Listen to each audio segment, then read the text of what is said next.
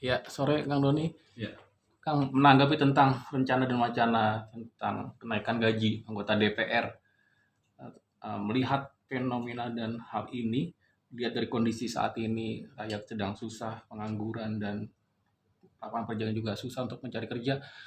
Melihatnya seperti apa dan apa saran Akang melihat hal ini sendiri tentang anggota DPR yang inginkan kenaikan gaji itu sendiri? ya, baik. Eh, Tentunya pertama-tama saya juga turut prihatin ya di tengah situasi ekonomi rakyat yang kurang baik sekarang ini tiba-tiba dihembuskan dengan kenaikan gaji anggota DPR. Nah, ini tentunya saya melihat apalagi ini yang diumumkan dengan ada euforia mereka senang dengan adanya kenaikan gaji dengan berjoget-joget ini mencederai dan melukai hati rakyat yang memang sekarang lagi terpuruk ekonominya. Kita semua tahu di Indonesia sekarang rakyat kita banyaklah sekali yang terpuruk, ekonominya terganggu, bahkan untuk hidup sendiri pun, untuk biaya hidup di rumah sendiri pun kesulitan. Nah, mestinya pengumuman-pengumuman seperti itu, saya juga meyakini bukan gaji itu yang naik, tetapi tunjangan-tunjangan yang diberikan pemerintah kepada anggota DPR.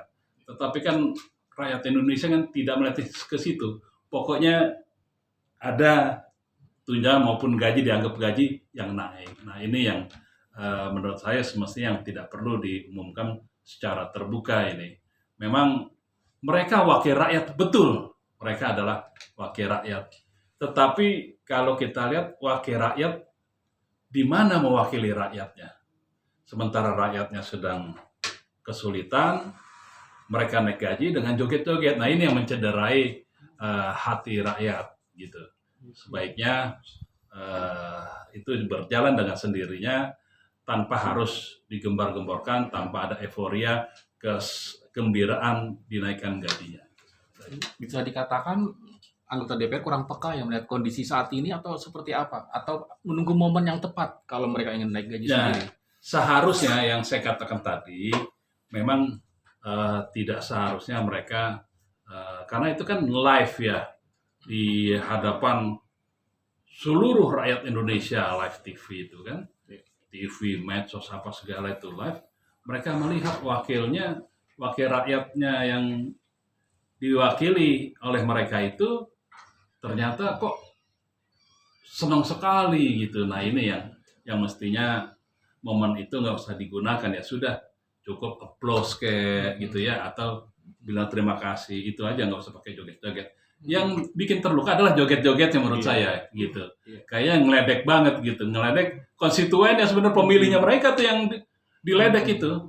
Karena tanpa ada konstituennya, tanpa ada pemilihnya, nggak mungkin mereka mewakili rakyat di DPR. Gitu, saya rasa gitu ya. Apakah mereka sebenarnya ketika joget-joget itu malu dan ini nggak sih Kang melihatnya hati nurani mereka ketika joget-joget senang dan bahagia tapi apa kebanyakan orang justru bertanda tanya kenapa tidak melihat kondisi yang real di lapangan. Mereka Iya. sebenarnya paham nggak tentang hal itu anggota DPR itu sendiri menurut Kang sendiri? Mestinya sih paham mestinya, tetapi kan begini ya. Ibaratnya kalau kita dapat lotre pasti kan kita spontanitas gembira. Ya. Tapi spontanitas gembiranya itu yang mencederai, akhirnya mencederai. Mereka lupa bahwa rakyat pemilihnya yang diwakili mereka itu masih sengsara. Kenapa yang mewakili yang senang? Nah, ini kan yang nggak berimbang gitu, tidak seimbang. Semestinya anggota dewan itu cukup lah. Makanya saya bilang tadi cukup nggak usah ada euforia, kegembiraan, joget-joget begitu gitu. Gitu ya, supaya juga mungkin kalau dia diem aja juga atau cuma tepuk tangan aja mungkin juga rakyatnya juga nggak ada masalah, saya pikir. Nah, ini karena joget-joget itulah yang menjadi luka di hati pemilihnya. Dan mungkin apa langkah yang tepat harus diambil oleh anggota DPR sendiri menyikapi hal ini seperti apa ke Ya, depannya? sebaiknya sekarang ini ya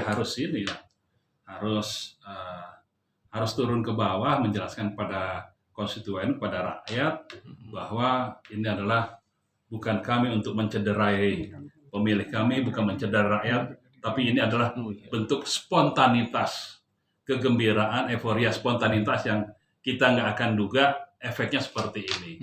Makanya rakyat harus butuh penjelasan juga. Nah ini harus legowo juga. DPR juga harus berani menyatakan maaf karena mereka wakilnya rakyat kok gitu. Iya. Minta maaf pada pemilihnya, pada rakyatnya nggak ada masalah saya pikir gitu. Nah ini yang belum terjadi gitu. Nah coba dilakukan itu, saya rasa juga semua pihak bisa menerima lah. Dan bertepatan dengan hari ini kan juga ada demo juga Iya, ya iya. terkait dengan wacana kenaikan gaji sendiri, itu melihatnya juga seperti apa, Kang? Nah, saya kalau harus jujur, sebenarnya demo karena kenaikan gaji DPR, kita anggap kenaikan gaji ya, sebenarnya juga nggak kurang pantas menurut saya, karena bisa mengganggu stabilitas gitu, keamanan situasi di Jakarta, tentunya berdampak pada situasi politik di seluruh Indonesia. Sebaiknya sampaikan saja aspirasi rakyat itu melalui wakil-wakil mereka, ya kan, supaya bisa rakyat ini terwakili. Oh iya, bukan hanya mendorong untuk dibubarkan, untuk keberatan, sampaikan ada salurannya di DPR, kan ada salurannya. Memang kan itu rumahnya rakyat itu, gitu, bukan rumahnya wakil rakyat, sebenarnya rumahnya rakyat. Berkat rakyat yang milih, nah itu diwakili di situ. Nah, jadi rakyat sebaiknya menyampaikan aspirasi secara benar, secara konstitusi. Kalau begini kan banyak pihak yang yang terganggu. Nah, kita nggak mau. Saya khawatir ya. Saya khawatir nanti ada yang menunggangi gitu loh. Nah, ini yang menjadi bahaya ini. Kalau situasi lagi banyak orang massa, tiba-tiba ditunggangi, ada provokator, ada provokasi, ini kan menjadi bahaya ini. Negara jadi terancam juga akhirnya. Nah, saya rasa gunakanlah saluran aspirasi yang benar, gitu, karena sudah ada tempatnya. Kang, mungkin boleh dikasih gambaran sedikit tentang gaji dan tunjangan didapat oleh anggota DPR sendiri itu seperti apa sebenarnya, Kang? Apakah masih kurang? Apa sebenarnya sudah cukup mereka mendapatkan gaji itu sendiri dan tunjangan itu sendiri, Kang? Nah, kan yang diganti itu kan sebenarnya tunjangan perumahan. Biasanya anggota DPR periode sebelum-sebelumnya itu dapat rumah dinas. Nah, sekarang tidak ada rumah dinas. Nah, kalau yang Jakarta mungkin udah punya rumah. Tapi kan kalau yang di luar Jakarta kan harus sewa rumah, gitu. Dulu dapat fasilitas rumah, sekarang kan nggak dapat, mungkin kompensasinya itulah dapat itu. Nah, soal itu juga ada tambahan beras, itu kan lumrah aja.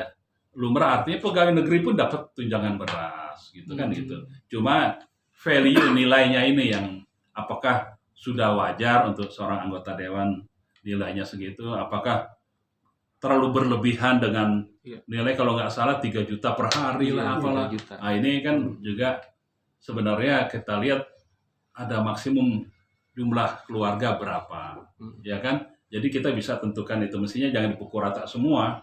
Tapi ya kayak pegawai negeri aja sekarang, ASN tuh dibatasi 2 anak, kan gitu. Nah, jadi kira-kira seperti itulah. Mungkin harus ada peninjauan ulang kembali atau bagaimana nanti pemerintah ya bisa berdiskusi dengan DPR-nya sendiri, gitu. Supaya tidak melukai hati rakyat. Kang menanggapi tentang statement dari Ahmad Saroni yang geram dan marah melihat anggota DPR yang minta kenaikan gaji. Kang sendiri melihat dan menyikapinya seperti apa? Iya. Saya juga baru melihat, belum secara utuh saya baca ya. Maksudnya sih betul sebenarnya. Cuman bahasanya yang menurut saya agak salah, karena kenapa? Karena ada bahasa yang protes anggota dewan tolol lah, bubarkan anggota dewan itu tolol.